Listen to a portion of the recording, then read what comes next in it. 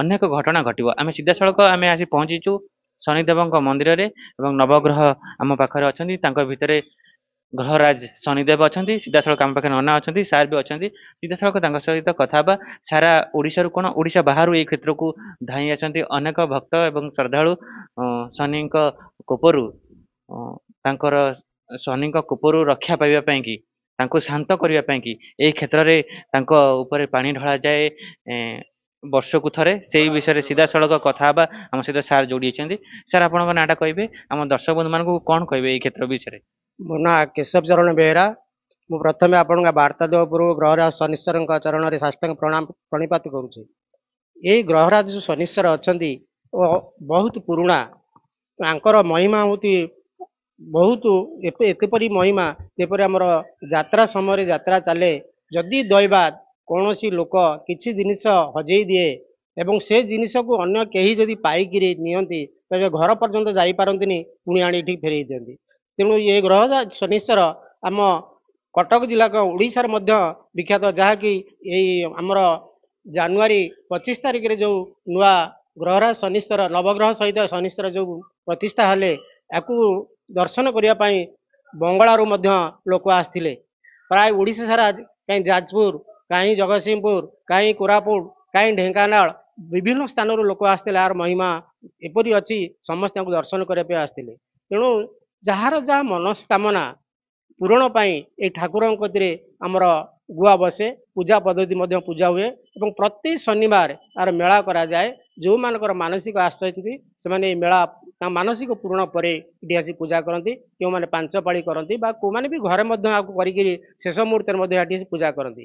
ଏହି ମନ୍ଦିରଟି ଆମ ଏତେ ପୁରାତନ, ଯାଇକି 1964-65 ମସିହାରୁ ଆମେ ଏଇ ଗ୍ରହରାଜ ଶନିଶ୍ୱରଙ୍କୁ ପ୍ରତିଷ୍ଠା କରିଛୁ। ପ୍ରଥମେ ଇଏ ଏକ ବରଗଛ ଥିଲା, ଯାହା ନାଁରେ ତ୍ରିନାଥ ବରଗଛ, ଯେ କି ବ୍ରହ୍ମା ବିଷ୍ଣୁ ମହେଶ୍ୱର ବିଦ୍ୟମାନ ଥିଲେ। ଯେଉଁ ମନ୍ଦିର କି ଏବେ ଶନିଶ୍ୱରଙ୍କର ଦକ୍ଷିଣ ପାର୍ଶ୍ୱରେ ଅବସ୍ଥିତ।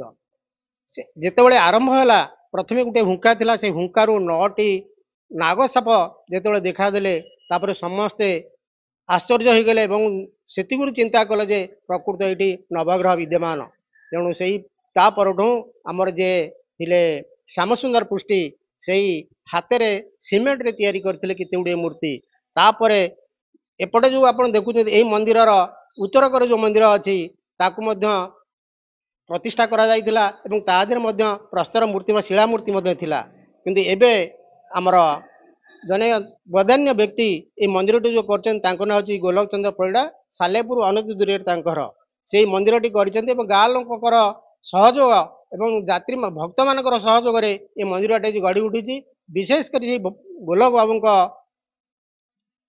ବାବୁଙ୍କ ଦ୍ୱାରା ଆଜି ଏଇ ଯେଉଁ ନବଗ୍ରହ ପ୍ରତିଷ୍ଠା ହୋଇଛନ୍ତି, ଏ ମନ୍ଦିର ହୋଇଛନ୍ତି। ତେଣୁ ଏସବୁ ହେଇପାରିଛି। ତେଣୁ ଭଗବାନଙ୍କ ନିକଟରେ ମୁଁ ପ୍ରାର୍ଥନା କରୁଛି, ସେ ଦୀର୍ଘଜୀବୀ ହୁଅନ୍ତୁ ଏବଂ ଏହିପରି ଆମ ସହିତ ରହିଥାନ୍ତୁ ଏବଂ ଗ୍ରହରାଜ ଶନିଶ୍ୱରଙ୍କ ସେବା କରନ୍ତୁ। ସାର୍ ଆପଣ ଟିକେ ଆମକୁ ଯଦି ସାହାଯ୍ୟ କରିବେ, ଆସିବେ, ଆମେ ଦେଖିବା ସେଇ ନବଗ୍ରହଙ୍କୁ ତଳେ ଯାଇକି ପ୍ରଭୁଙ୍କୁ ଦର୍ଶନ କରିବା। ଏବଂ ସାର୍ ଆପଣ କଣ ଯୋଉ ହଉଛି ମୀନ ରାଶିକୁ ଗ୍ରହରାଜ ଶନି ଚଳନ କରିବେ ଏବଂ ଆପଣ କଣ କହିବେ ସେ ବିଷୟରେ? ଏଠି ଯାହା ଆମେ ସେଥିପାଇଁ ଦେଖୁଛୁ ଆମର ଗ୍ରହରାଜ ପୂଜାପୂଜିର ବ୍ୟବସ୍ଥା କରାଇ, ଯେଉଁ ଗ୍ରହରାଜ ଶନିଶ୍ୱର ଚଳନ ହେଉଛନ୍ତି, ସେଥିପାଇଁ ପୂଜାପୂଜି କରିବା ପାଇଁ ବ୍ୟବସ୍ଥା ଅଛି। ଯେଉଁ ଭକ୍ତମାନେ ଏଥିରେ ମଧ୍ୟ ସାମିଲ ହେବାକୁ ଚାହୁଁଛନ୍ତି, ସେମାନେ ମଧ୍ୟ ସାମିଲ ହୋଇପାରେ। ଆମେ ସାଦରେ ତାଙ୍କୁ ଗ୍ରହଣ କରିବୁ। କିନ୍ତୁ ନନା ଆମେ ଯାହା ଶୁଣୁଛୁ ଏବଂ ଅନେକ ଆଲୋଚନା ପର୍ଯ୍ୟାଲୋଚନା ହଉଛି ଯେ ଅନେକ ଭୟାବହ ଘଟଣା ଆଗକୁ ଘଟିବ ଯେତେବେଳେ ମୀନ ରାଶିକୁ ଶନି ଚଳନ କରିବେ। ଚଳନ କରନ୍ତୁ, ଭୟାବହ ଘଟଣା ଘଟୁ, ଯେହେତୁ ଆମ ଗ୍ରହରାଜ ଶନିଶ୍ୱର ଆମ ନିକଟରେ ଅଛନ୍ତି, ତେଣୁ ଆମକୁ ଆମର କିଛି ହବନି। ଏ ପ୍ରଭୁ ଆମକୁ କି ସାହାଯ୍ୟ କରିବେ, ସବୁଥିରୁ ଆମକୁ ଉଦ୍ଧାର କରିବେ। ସେୟାଙ୍କ ଚରଣରେ ଆମେ ଆଶ୍ରିତ। ତେଣୁ ଆମର କିଛି ଭୟ ନାହିଁ, ଯେତେ ଭୟଙ୍କର ଦୃଶ୍ୟ ଆସୁ ପଛେ। ସାର୍ ସେଇଟା ତ ଠିକ କଥା କହିଲେ, କିନ୍ତୁ ଆମ ଭକ୍ତବନ୍ଧୁ ମାନେ ଦେଖି ଦର୍ଶନ କରିପାରିବେ। ଦର୍ଶକ ବନ୍ଧୁ ଦେଖନ୍ତୁ କିଭଳି ଭାବରେ ଏଇଠି ନବଗ୍ରହଙ୍କୁ ସାର୍ ସେପଟେ ତ ନବଗ୍ରହ, ଏପଟେ ଏପଟେ ପୁରୁଣା ମନ୍ଦିର ଥିଲା, ଏଇ ପୁରୁଣା ମନ୍ଦିର, ସେଠି ଗୋଟେ ନୂତନ ମନ୍ଦିର ଅଛି, ୟାକୁ ଆମେ ନେଇକିରି ପୁଣି ସେ ମନ୍ଦିରରେ ସ୍ଥାପନ କରିବୁ। ଏ ପୁରୁଣା, ପ୍ରଥମେ ପୁରୁଣା ମନ୍ଦିର, ଏଇଟା ପୁରୁଣା ମନ୍ଦିରର ପୁରୁଣା ବିଗ୍ରହ। ଏ ବିଗ୍ରହ ଯେତେବେଳେ ନୂତନ ବିଗ୍ରହ ହେଲେ, ପଣ୍ଡିତ ମାନଙ୍କ କଥା ଅନୁସାରେ ଯେ ଆକୁ ବିସର୍ଜନ କରି ମହୋଦଧିରେ ନେଇ ବିସର୍ଜନ କରିହେବନି, ତେଣୁ ଆକୁ ନେଇ ସେଇ ଶନି ମନ୍ଦିର ଭିତରେ ହିଁ ରଖାଯିବ। ଇଏ ମୂର୍ତ୍ତି ବିସର୍ଜନ ହେବେ ନାହିଁ। କିନ୍ତୁ ସାର୍ ଆପଣ ଆଉ ଟିକେ ଦେଖିବା ଯୋଉଠି ଆଜ୍ଞା, ପାଣି ଏଇ ନିକଟରେ ଯୋଉ ଅଛି ଜଳାଭିଷେକ ପାଇଁ ମଧ୍ୟ ଗ୍ରହରାଜ ଶନିଶ୍ଚରଙ୍କର ଗୋଟେ ବିଗ୍ରହ ଅଛି। ସେଠି ବର୍ଷକୁ ଥରେ ଶନି ଯୋଉ ଆମର ଅକ୍ଷୟ ତୃତୀୟା ପଡେ, ସେ ଅକ୍ଷୟ ତୃତୀୟା ପରେ ଯୋଉ ଶନିବାର ପଡେ ସେଇଥିରେ ହିଁ ଯାତ୍ରା କରାଯାଏ। ସେଠି ଜଳାଭିଷେକ କରାଯାଏ।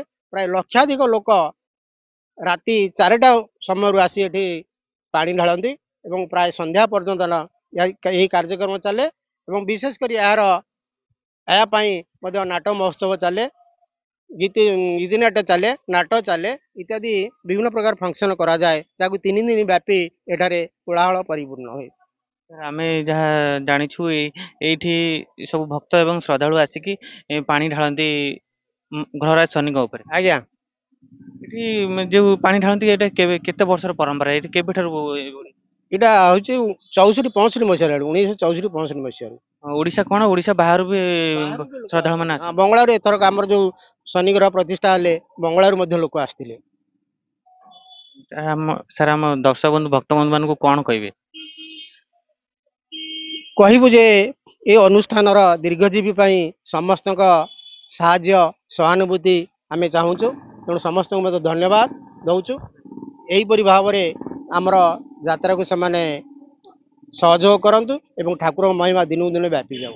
ଯେଉଁ ଆମେ ଏଠୁ ଆଶା କରୁଛୁ ଯେ ଅନେକ ଭକ୍ତାଳୁ ଏ ଅନୁଷ୍ଠାନକୁ ଆସିବେ ଏବଂ ସହଯୋଗ କରିବେ ଏବଂ ଆଗକୁ କିପରି ଏହାର ମହିମା ଚାରିଆଡେ ପ୍ରଚାରିତ ହବ ସେଥିପାଇଁ ମଧ୍ୟ ଆମକୁ ସାହାଯ୍ୟ କରିବେ। ହଁ, ସାକ୍ଷାତ ଶନିଦେବ ମଧ୍ୟ ଏହି କ୍ଷେତ୍ରରେ ଉପସ୍ଥିତ ଅଛନ୍ତି। ତାଙ୍କ ଯୋଗ ଆପଣ ଦେଖୁଛନ୍ତି ଯୋଉ ଶନି ରହିଛନ୍ତି ତାଙ୍କ ଦୃଷ୍ଟି ସବୁବେଳେ ପୂର୍ବ ଦିଗକୁ ଅଛି। ତେଣୁ ଆମ ଗାଁ ପ୍ରତି କିଛି ଆମର ଭୟ ନାହିଁ। ଆମ ଅନତି ଦୂରରେ ମଧ୍ୟ ଆମର ବଟ ମହାବୀର ମଧ୍ୟ ରହିଛନ୍ତି। ଏପଟେ ମଧ୍ୟ ଆମର ମା ଦଶଭୁଜା ରହିଛନ୍ତି। ତେଣୁ ଆମର ଏଇ ଗାଁ ପ୍ରତି କୌଣସି ବିପଦ ନାହିଁ କି କିଛି ଭୟ ମଧ୍ୟ ନାହିଁ। ଓଂ ନବଗ୍ରହାୟ ନମଃ। ଓଂ ଗ୍ରହରାଜ ଶନିଶ୍ଚରାୟ ନମଃ। ଓଂ ଶନ୍ନୋ ଦେବୀ ରବିଷ୍ଟୟ ଆ ଭବନ୍ତୁ ପିତୟେ ସଂଜୋ ରବି ଶ୍ରବନ୍ତୁ ନଃ। ଅଦ୍ୟାବଧି ଆମର ଇଏ ନବଗ୍ରହର ଯୋଉ ପ୍ରତିଷ୍ଠା ଉତ୍ସବ ଅନୁଷ୍ଠିତ ହେଇଥିଲା, ବିଭିନ୍ନ ଜାଗାରୁ ଆମର ଶ୍ରଦ୍ଧାଳୁ ଇଏ ପ୍ରତିଷ୍ଠିତ ଅନୁଷ୍ଠାନକୁ ଆସିଥିଲେ। ଆମର ଏ ଗ୍ରହରାଜଙ୍କର ଏଭଳି ପ୍ରଭାବ ବହୁ ଦୂର ଦୂରାନ୍ତରୁ ଏଠାକୁ ଲୋକ ଆସନ୍ତି ଏବଂ ଶ୍ରଦ୍ଧାଳୁଙ୍କର ମାନସିକ ପୂରଣ ବି ଗ୍ରହରାଜ ଶନିଶ୍ଚର ୟାକୁ କରନ୍ତି।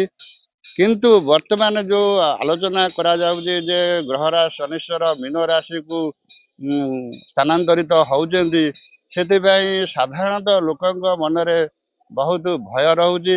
ଆକ୍ଚୁଆଲି ଭୟଟା କିଛି ଗୋଟା ନିଜସ୍ୱ, କିଛି ଦେବତା ମାନେ କାହାର କିଛି କ୍ଷତି କରନ୍ତି ନାହିଁ, ନିଜର କର୍ମଫଳ ନିଜେ ହିଁ ଭୋଗ କରନ୍ତି।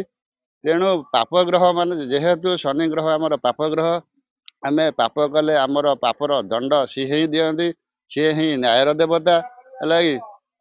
ତେଣୁ ଯେହେତୁ ମୀନ ରାଶି ହଉଛି, କିଛିଟା ମୀନ ରାଶି ବ୍ୟକ୍ତି ବିଶେଷଙ୍କର ଏଇଟା ମାନେ ଅଶୁଭ ଫଳ ଦେଇପାରେ। ତେଣୁ ସାଧାରଣତଃ ଆମର ଗ୍ରହରାଜଙ୍କର ବିଷୟରେ ଜାଣିବା ପାଇଁ ହେଲେ ବିଭିନ୍ନ ଜ୍ୟୋତିଷ ଉପରେ ଆକୁ ଧ୍ୟାନ ଦିଅନ୍ତୁ। ମୁଁ ତ ସାଧାରଣ ପୂଜକ ପ୍ରତିବର୍ଷ ଆମର ବୈଶାଖ ମାସ ଅକ୍ଷୟ ତୃତୀୟା ପରଦିନ ଯେଉଁ ଶନିବାର ପଡେ, ସେଇ ଶନିବାର ଦିନ ହିଁ ଆମର ଏଠି ଗ୍ରହରାଜ ଶନିଶ୍ଚରଙ୍କର ଜଳାଭିଷେକ କରାଯାଏ। ବହୁତ ଲକ୍ଷାଧିକ ଶ୍ରଦ୍ଧାଳୁ ଏଠାରେ ଉପସ୍ଥିତ ହେଇକି ଗ୍ରହରାଜ ଶନିଶ୍ଚରଙ୍କ ଉପରେ ଜଳାଭିଷେକ କରନ୍ତି। ଏହା ଦ୍ୱାରା ବହୁତ ଅସୁବିଧା ଆଉ ଗ୍ରହଗ୍ରସ୍ତ ଲୋକମାନଙ୍କର ବି ଗ୍ରହଗ୍ରସ୍ତ ଖଣ୍ଡନ କରାଯାଏ। ଦର୍ଶକ ବନ୍ଧୁ ଆପଣ ସିଧାସଳଖ ନନାଙ୍କ ପାଖରୁ ଶୁଣୁଥିଲେ ଶନିଦେବଙ୍କ ମନ୍ଦିର ପ୍ରାଙ୍ଗଣରୁ, ଏବଂ ଏଠି ଶନିଦେବ ନିଜେ ବିରାଜମାନ ଅଛନ୍ତି। ତାଙ୍କ ଉପରେ ଭକ୍ତ ଏବଂ ଶ୍ରଦ୍ଧାଳୁ ଓଡିଶା କଣ ଓଡିଶା ବାହାରୁ ବି ଶ୍ରଦ୍ଧାଳୁ ମାନେ ଆସିକି ଏଇ କ୍ଷେତ୍ରରେ ଶନିଙ୍କ କୋପରୁ ରକ୍ଷା ପାଇବା ପାଇଁ କି ଶନିଙ୍କ ମୁଣ୍ଡରେ ପାଣି ଢାଳନ୍ତି। କିନ୍ତୁ ଦର୍ଶକ ବନ୍ଧୁ ସିଧାସଳଖ ଆପଣ ଦର୍ଶନ କରିପାରୁଥିବେ ସେଇ ଅପୂର୍ବ ଦୃଶ୍ୟ। ପ୍ରଭୁ ଗ୍ରହରାଜ ଶନିଦେବ ଯେଉଁଠି ବିରାଜମାନ କରିଛନ୍ତି। ସିଧାସଳଖ ଆଜିର ଅଧ୍ୟାୟକୁ ଏଇଠି ଆମେ ବିରାମ ଦେଉଛୁ। ଆଉ ଏକ ନୂତନ ଅଧ୍ୟାୟରେ ଆପଣଙ୍କ ସହିତ ସାକ୍ଷାତ ହବ। ସେ ପର୍ଯ୍ୟନ୍ତ ରହୁଛୁ। ଜୟ ଶ୍ରୀ ଜଗନ୍ନାଥ, ଜୟ ଶନିଦେବ, ଜୟ ପଞ୍ଚସଖା।